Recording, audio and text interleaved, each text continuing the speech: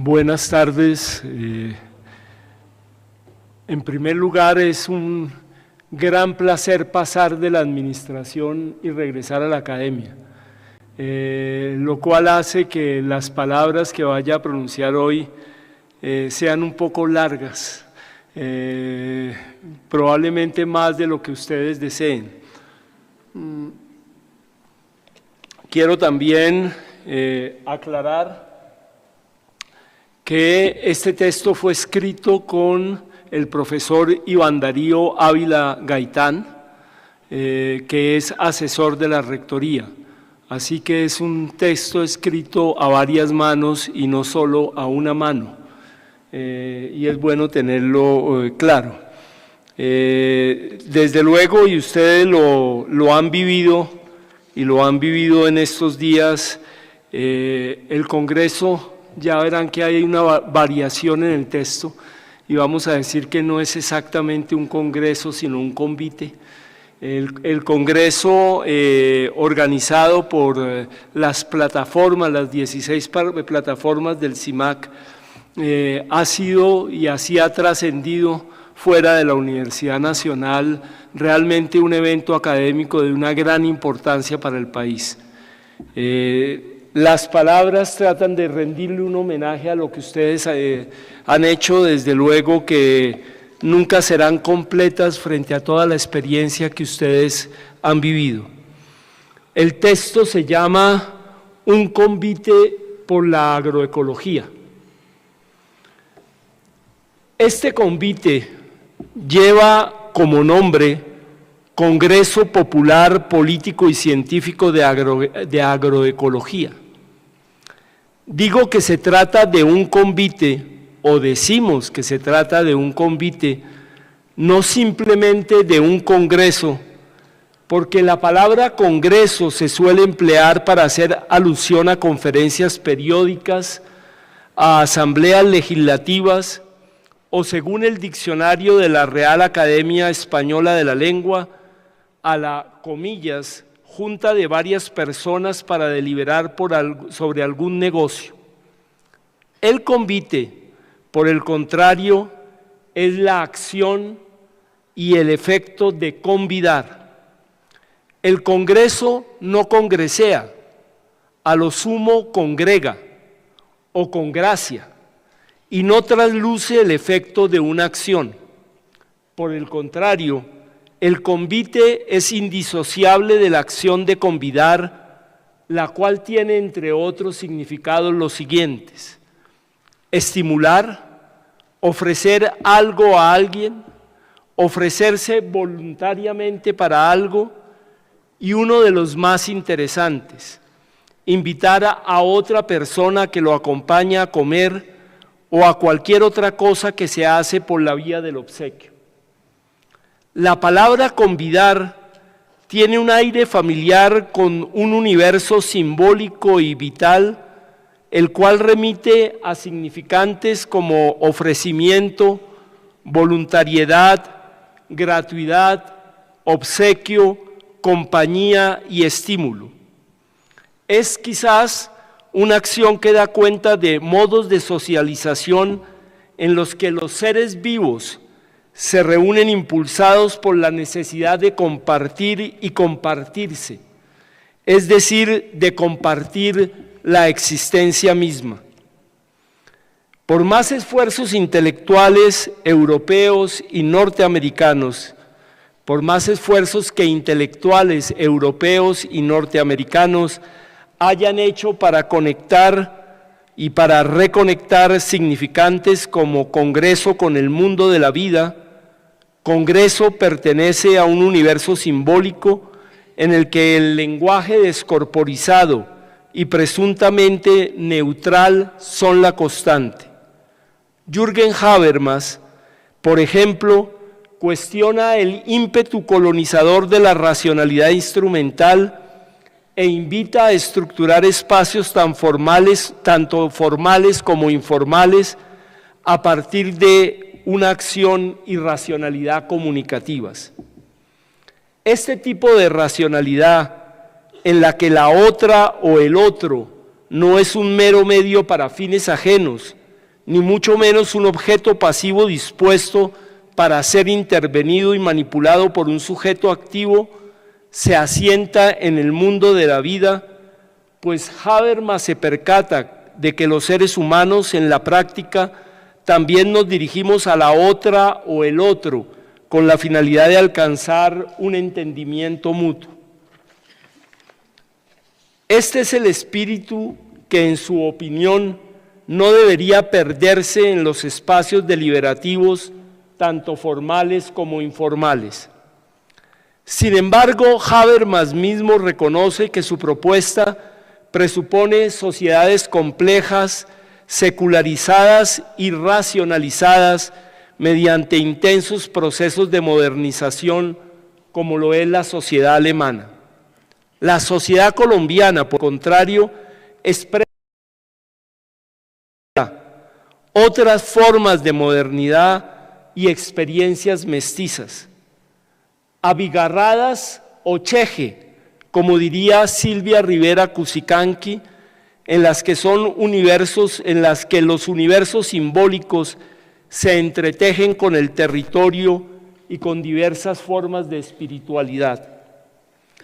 Las particularidades de sociedades como las nuestras no deben comprenderse como configuradoras de un estadio premoderno a la espera de la modernización real, tampoco como la mera coexistencia de diversos modos de producción articulados convenientemente para el mantenimiento de una hegemonía imperial o neoimperial. Nuestra sociedad abigarrada o cheje expresa tipos de racionalidad irreductibles, aunque enmarañados con las racionalidades modernas, tanto dominantes como alternativas. Podría decirse entonces que la racionalidad comunicativa, una de esas expresiones alternativas de la modernidad, debe hermanarse con racionalidades afectivas y corporizadas, indisociables del territorio. A un congreso, entre comillas, suelen acudir presuntamente sin cuerpo. A un convite, entre comillas también, acuden mentes corporizadas, o como diría Orlando Falsborda, recuperando el saber campesino anfibio, seres sentipensantes. Que este convite lleve el nombre de Congreso no es, en todo caso, un error. Al desarrollarse en la Universidad Nacional de Colombia, el nombre mismo convida en la práctica a que concibamos otras maneras de realizar los congresos, simposios, coloquios y otros tantos espacios característicos de la vida universitaria. La Universidad Nacional debe recuperar su liderazgo en este sentido, pues la apertura a otros saberes y otras racionalidades, también vinculada íntimamente a experiencias artísticas y estéticas, no es un simple hecho de inclusión o de justicia en abstracto, sino en primer lugar el reconocimiento de modos de existencia, como las formas de vida campesinas que ya habitan de manera subalternizada nuestros campus, a veces con hambre, porque hay hambre en la universidad, pero que además habitan a lo largo y ancho de la sociedad colombiana a la cual nuestra universidad se debe. Reconocer esa universidad plural o unidiversidad, como la hemos denominado en nuestra propuesta rectoral, es indisociable de la puesta en práctica de un federalismo cognitivo y un reconocimiento concomitante de la multiplicidad de artes, ciencias naturales, ciencias sociales, humanidades y otros saberes. Porque cuando hablamos de saberes, nos referimos a modos de existir enteros, a veces en conflicto, pero también con posibilidades de diálogo, transformación mutua y eventual emancipación. La Universidad Nacional, a lo largo de su historia, ha cobijado pero también maltratado a personas hoy insignes tanto para la universidad como para la sociedad colombiana en su conjunto. Entre ellos se encuentran, por ejemplo, el sociólogo Alfredo Molano o el médico veterinario Jorge Velosa, egresados cuyos procesos de formación se nutrieron de la cultura universitaria y de la riqueza de los saberes disponibles en la cultura general, antes que simplemente del conocimiento científico formalizado o en vías de formalización, el cual toma como punto de referencia habitual las historias de las academias euro-norteamericanas. Es conocido el distanciamiento de Alfredo de su director de tesis en Francia, el reputado sociólogo Daniel Pecot. Uno de los motivos de que Alfredo relata para que se produjera el alejamiento fue la diferencia entre lo que se consideraba conocimiento científicamente válido en contraste con el popular, además del modo de expresarlo, puesto que Alfredo construyó un estilo que habita las fronteras entre la literatura, la sociología y los saberes campesinos y populares en general. Lamentablemente, el estilo de Alfredo era rechazado porque el mundo académico de la época, que en buena parte continúa siendo el nuestro, no era capaz de distinguir, dada su propia estructuración histórica, no siempre comprendida de manera autorreflexiva, entre contar meras historias y producir un conocimiento altamente corporizado, afectivo, contextualizado o situado. Con el paso del tiempo, la Universidad Nacional reconoció las contribuciones de personajes como Alfredo Molano y Jorge Velosa, razón por la cual les otorgó el doctorado honoris causa. Resulta extraño que nuestra universidad llame doctores a personas que quizás se hubieran sentido más cómodos con el título de doctores. No obstante, lo que ha sucedido con el paso del tiempo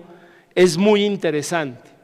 Los doctores rebeldes se convierten en doctores honoríficos,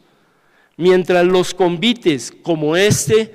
habitan la universidad y se convierten en congresos. La aparición de convites, mingas y nuevos doctores nos debe indicar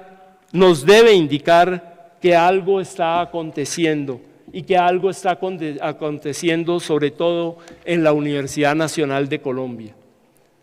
La agroecología, porque iba a llegar a la agroecología, se inserta en esta trayectoria de largo aliento, pues la historia de los Orlando Falsborda, los Alfredo Molano o los Jorge Velosa es la de millones de singularidades, comunidades, pueblos, colectivas y organizaciones populares que con sus prácticas y saberes han contribuido a remodelar una parte del mundo y de nuestra sociedad. Nuestro egresado y ahora investigador universitario, aquí presente, Omar Felipe Giraldo, estableciendo un diálogo entre el concepto de multitud de Michael Hart o Michael Hart, como lo llamamos más en confianza, y Tony Negri, y las prácticas y saberes campesinos populares, ha llamado a esta emergencia de procesos, formas de vida y modos de organización, multitudes agroecológicas. Quizás se trate de una revolución muy silenciosa, descentralizada y que resulta incomprensible desde el léxico político asociado a la forma Estado y a la forma partido tradicionales. Una revolución molecular, pero no disipada, no esa que las fuerzas reaccionarias han querido asociar a criptocracias conspiracionistas, a violencia terrorista y a intelectuales con capacidad de movilizar a las masas pasivas. Nosotros y así choque un poco, nosotros no conspiramos, o si conspiramos lo hacemos en el sentido de la palabra original en latín, conspirare, que significa respirar juntas. Necesitamos unos saberes que nos posibiliten conspirare, respirar juntas, y que revitalicen el antiguo sentido de la palabra compañero, que proviene de companis, que significa quienes comparten el pan. Y sí que necesitamos aprender a compartir el aire, el agua, la tierra, los bosques, los alimentos y el conocimiento. Todos estos son bienes comunes gestionados y transformados colectivamente y cuyo provecho debe ser igualmente colectivo. Necesitamos con urgencia saberes múltiples que nos conviden a cosechar el agua y cultivar los alimentos, pero esta tarea resulta casi imposible sin una nueva manera de cultivar el conocimiento que implique su comprensión como bien común, no rival, es decir, que no solo pueden disfrutarlo varias personas al tiempo, sino que a través del compartir se enriquece y se transforma. La acelerada privatización de los bienes comunes, así lo han señalado lúcidamente autoras ecofeministas como Ivonne Guevara, María Mayes Omíes y Vandana Shiva, atenta hoy contra la regeneración de la vida misma y choca con los límites biofísicos planetarios. En este sentido, transformar la universidad no es un capricho. En la actualidad se nos presenta como un asunto de supervivencia que, como insiste la mayor parte del cine de ciencia ficción contemporáneo, puede tener falsas salidas ecofascistas o conducirnos a una intensificación de la lucha individual por la existencia, cuestión que el modo de vida dominante lleva normalizando hace décadas. La agroecología, en sus múltiples versiones, ha insistido desde sus orígenes en otras salidas, que pasan más bien por estrechar lazos entre lo popular, lo científico y lo político, como el nombre de este convite lo indica con claridad. Para la Universidad Nacional de Colombia, lo anterior significa empezar a transformar el contenido habitual de las nociones de educación, extensión e investigación. Urge transitar del énfasis en la extensión remunerada, muy asociada al estado actual de desfinanciación de las universidades públicas, a prácticas de apoyo mutuo entre la universidad y los sectores campesinos y populares. Asimismo, urge enraizar la investigación en los diversos proyectos de vida singulares y colectivos y valorarlos no solo por su utilidad para el llamado mercado laboral y la acumulación privada de capital que hoy choca con los límites biofísicos planetarios. Existe una palabra en boga para hacer alusión a uno de los principales problemas que tenemos actualmente en el mundo: ecoansiedad. La ecoansiedad es la ansiedad asociada a las catástrofes ecológicas actuales y tiene como característica principal que no suele conducirnos a una acción transformadora, pero sí suele sumirnos, ya sea en la impotencia o en la activación del viejo mecanismo psíquico de defensa, que es la negación. Como ya lo recordaba Spinoza en el siglo XVII, el miedo nunca ha sido el mejor amigo del entendimiento. Cuando estamos capturados por el miedo, nos entregamos con facilidad a poderes externos y nos resguardamos en todo tipo de supersticiones promovidas por dichos poderes y asentadas en nuestras propias culturas. Si existen sectores que conocen el miedo de primera mano, son las comunidades campesinas y populares en general. comunidades negras, indígenas, campesinas y populares han experimentado de manera cruda la violencia estructurante de una buena parte de la socialización en Colombia. Han sido objeto de masacres, asesinatos e intimidaciones sistémicas asociadas a la disputa por el control de la tierra. Este mismo miedo y la desesperación frente a la falta de alternativas ha conducido igualmente a que las y los campesinos despojados y con vínculos comunitarios totalmente desgarrados encuentren refugio en el mundo de la criminalidad urbana y rural, muy conectado con un Estado y una sociedad articulados en buena parte en torno al narcotráfico, la violencia política y paramilitar y la captura de las instituciones por parte de diversos poderes económicos y políticos. Así, la violencia urbana y la violencia rural guardan conexiones profundas.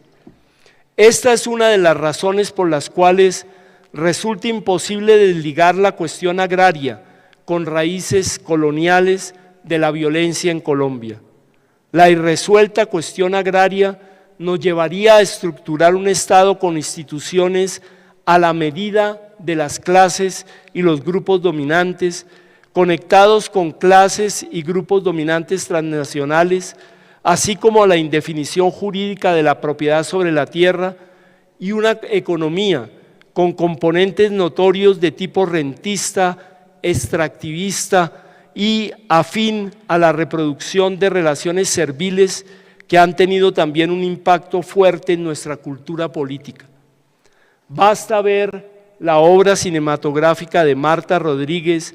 quien realizó estudios de campo con el sociólogo Camilo Torres para percatarse de ello. Los sectores, tanto de izquierda como de derecha, que en nuestro país comprenden la utilidad política del miedo, a veces lo han convertido en rabia. Ni el miedo ni la rabia son per se negativos. Estos son afectos que nos indican que algo nos está lastimando o nos podría lastimar. El problema radica en que el miedo y la rabia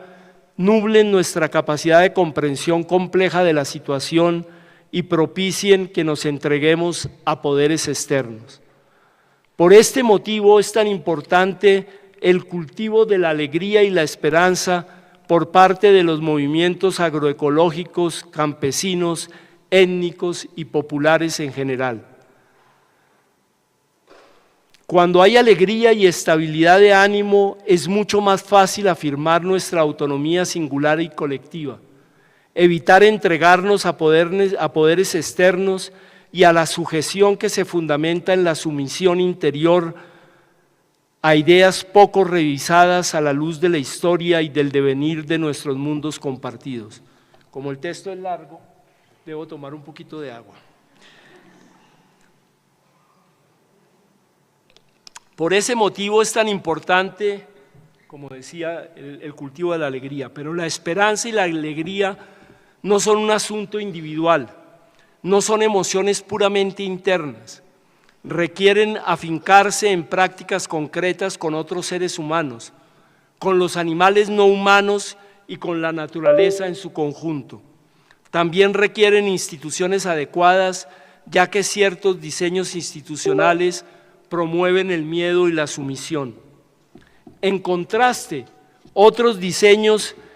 institucionales insisten en la autonomía, la libertad y la tranquilidad de ánimo, lo que pasa por una garantía de acceso a los bienes comunes, pues el miedo no solo se desprende de la amenaza de la violencia física, también remite a la inseguridad alimentaria, ambiental, territorial, habitacional, cultural y económica.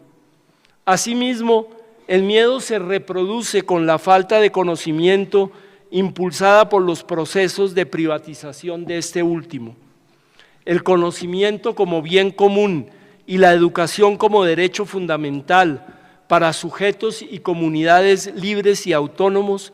son una manera de promover la alegría y la esperanza y de combatir la impotencia, el odio a la alteridad o la resignación en la que a veces termina la mera rabia. La falta de acceso al conocimiento, como lo recuerdan Falsborda y Quintín Lame, ha sido un componente fundamental en los procesos de despojo de tierras y pérdida de autonomía singular y colectiva. Para decirlo en términos sencillos, en nuestro país innumerables personas han sido engañadas y han terminado siendo objeto de despojo mediante intrincados términos jurídicos, científicos y filosóficos empleados por las llamadas capas educadas. Pero eso no significa que debamos claudicar respecto a la lucha por el conocimiento y la educación, sino continuar trabajando por su concepción como bien común y derecho fundamental. En la medida en que se comprende que el conocimiento y la educación no pueden estar al servicio de meros intereses privados y que su acceso debe ser universal, estos tienen que transformarse de tal manera que obedezcan a la intensificación de la autonomía en su pluralidad inherente. De lo contrario, aludiríamos a un proceso de inclusión superficial que no es capaz de cuestionar cómo nuestras instituciones actuales privilegian los modos de vida asociados a las clases y a los grupos dominantes. Cuestión esta que por demás convierte en profundamente engañosa la consabida apelación a lógicas meritocráticas abstractas. Formación, investigación y extensión, funciones misionales de la universidad, podrían empezarse a transformar con la incorporación de estrategias y metodologías como la investigación-acción participativa, la metodología campesino a campesino, los bancos de semillas, la etnoeducación, entre otras de origen étnico, campesino y popular, sin renunciar a un diálogo permanente con los conocimientos tradicionalmente asociados a la academia occidental. Pero la universidad también posee un rol significativo en lo que respecta a contribuir a la estructuración de la política agraria, ambiental y animal. Esta rectoría le apuesta a recobrar el liderazgo en dichos ámbitos. Asuntos de primer orden, como llevar a cabo el catastro multipropósito, la revitalización del sistema para la reforma agraria, la intensificación de dinámicas asociativas, la reducción de los intermediarios comerciales, la revalorización de las culturas campesinas, el reconocimiento del campesinado como sujeto político de derechos y de especial protección, la estructuración de la jurisdicción agraria y rural, la planificación sustentable, la garantía del principio de la función social y ecológica de la propiedad, la mediación en casos de conflicto socioambiental,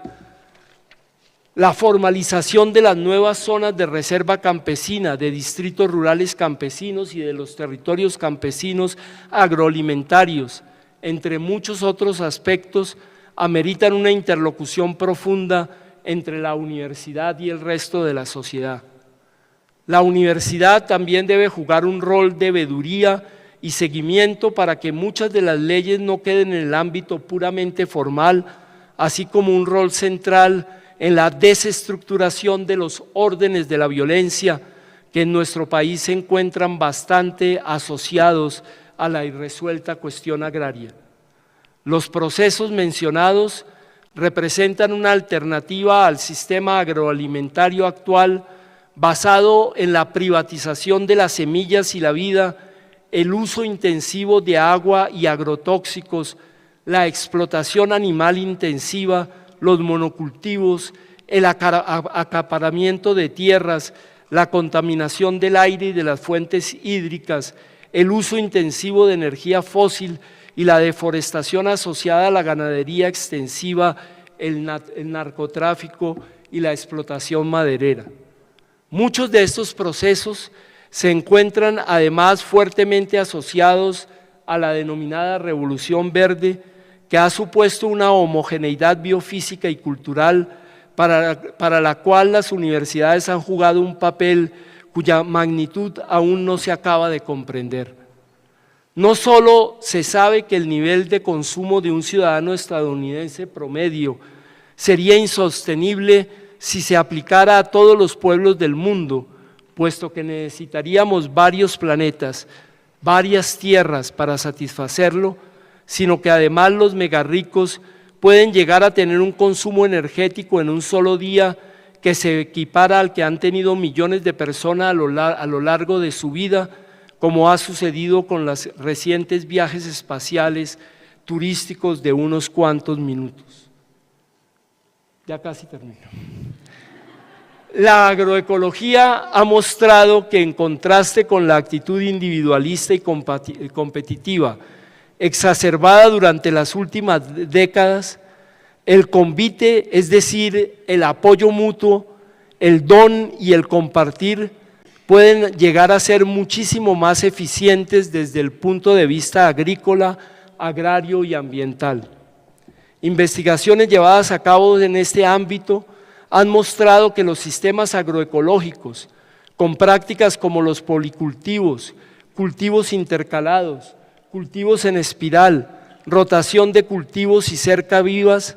con el tiempo terminan produciendo más alimentos y los alimentos necesarios para garantizar una autonomía alimentaria culturalmente pertinente y saludable. Finalmente, aunque aquí se dice finalmente varias veces, no podemos olvidar el lugar de las mujeres y las disidencias sexuales y de género en el mundo rural, pero tampoco lo concerniente a los diálogos interculturales, la aparición de cambios generacionales, la introducción de nuevas reivindicaciones y la situación de las personas en condiciones discapacitantes. Alrededor de estas cuestiones encontramos oportunidades relevantes de intercambio y contacto entre la universidad y el resto de la sociedad. Las organizaciones ecofeministas y feministas comunitarias y populares han señalado que justamente las mujeres y los sujetos feminizados han sido fundamentales en la protección y transformación creativa de los bienes comunes,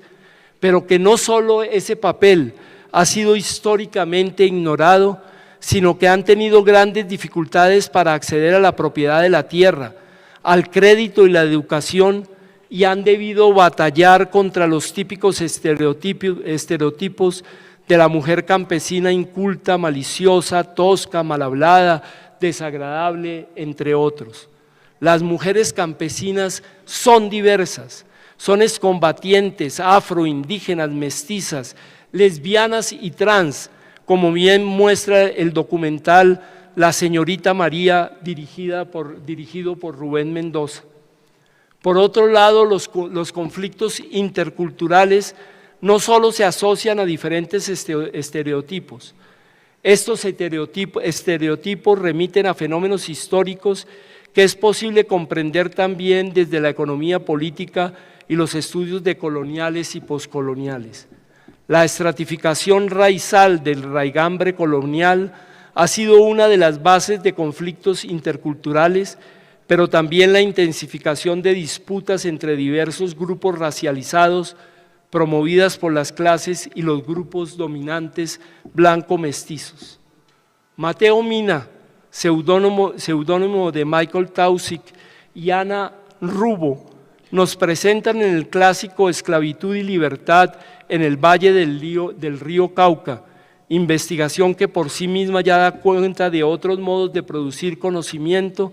la forma en que las clases y los grupos dominantes incentivan las enemistades entre campesinos y personas racializadas como negras e indígenas. Taussig y Rubo relatan cómo las clases dominantes estratifican deliberadamente los privilegios y cómo ponen a unos a fiscalizar a otros de tal manera que el resentimiento se redirija entre ellos y no se direccione hacia sectores blanco-mestizos hegemónicos. Esta es una historia que con transformaciones discursivas y en las prácticas se extiende hasta la actualidad, especialmente en regiones como el suroccidente colombiano, y es también un peligro asociado a un culturalismo o identitarismo afincado en el olvido de los análisis económicos, políticos, históricos, culturales complejos. La universidad debe poder co-construir con las comunidades las herramientas para que dichos análisis sean posibles y no pierdan su potencia. La universidad, en diálogo con el resto de la sociedad colombiana y con las comunidades rurales, también puede aportar ópticas valiosas sobre el diseño, uso e influencia de las nuevas tecnologías de la información y la comunicación, de tal modo que éstas se logren poner al servicio de las necesidades y los proyectos comunitarios, articularse con las tecnologías populares e incrementar la autonomía, lo cual supone superar la lógica oligopólica y privatizadora que hoy impera en la tecnociencia. La universidad también está llamada a facilitar la apertura a nuevos modos de vida, a veces obturados por la reticencia al cambio y el ejercicio de poder tradicional que opera en muchas comunidades y que, aunque en no pocas ocasiones es justificado y comprensible, en otras limita la articulación con sectores urbanos, rurbanos, juveniles y con expresiones novedosas del movimiento popular. Por ejemplo, los emergentes movimientos antiespecistas, veganos y vegetarianos, a veces con un interés marcado por la agroecología y las luchas populares, encuentran barreras notables que impiden que el propio movimiento popular se revitalice y establezca nuevas alianzas. Estos movimientos, por ejemplo, han mostrado cómo el incremento inusitado de alimentos que conllevan explotación animal es indisociable en nuestro país de la expansión de las prácticas paramilitares y de despojo, del narcotráfico, de la deforestación,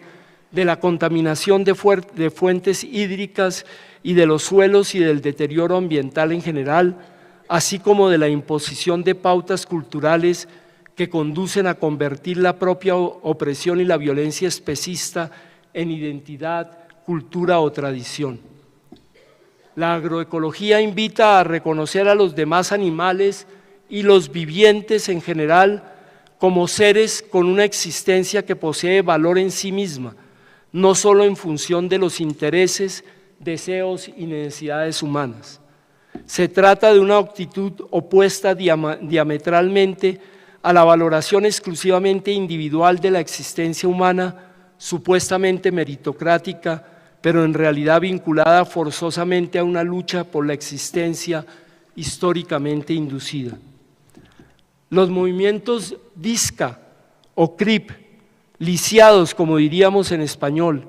las nuevas reivindicaciones asociadas a la diversidad corporal, de modos de existencia y a la neurodiversidad, se entroncan con la agroecología al mostrar los perjuicios de una valoración eminentemente productivista de la existencia que nos mantiene agotados, que nos margina, que nos subalterniza y que lleva a concebirnos como seres desechables, irreemplazables e incluso a no aguantar un discurso largo. No existen los seres desechables o incapaces, solo condiciones discapacitantes, el aumento de las desigualdades, la precarización y la marginación, así como el deterioro ambiental, hunde sus raíces en el olvido de una idea muy simple: yo existo porque tú existes. Asunción elemental para la mayor parte de las culturas humanas hasta hace unos pocos cientos de años. Respecto a estos últimos temas, aún los propios educadores estamos en mora de ser educados por los movimientos sociales y por la propia naturaleza, como en su momento lo fue Quintín Lame, el indio que se educó dentro de las selvas colombianas, para parafrasear el título de uno de los textos mediante los cuales conocemos hoy el acumulado de un saber esencialmente oral. Para no extenderme más, que ya ha sido bastante, cerraré este discurso con un tímido intento de acto que habla dichosamente contaminado de jerga campesina. La coscojina, o el miedo, que despiertan esta humanidad y este planeta engerido o engeridos, enfermos, ameritan jurruscas en su doble sentido de peleas y fiestas. Peleas no violentas y fiestas asociadas a convites como este, pero también mucho diálogo y cuidado mutuo. Parafraseando a Jorge Velosa, paz se escribe con P, paz se escribe con A, paz se escribe con Z, pero no olviden que paz también se escribe con pan porque somos inevitablemente quienes estamos destinados a compartir el pan, ese pan que son los alimentos, pero también los bienes comunes en general, el agua, el aire, la tierra, los bosques, la salud, las artes, la cultura y el conocimiento. Muchas gracias por su paciencia.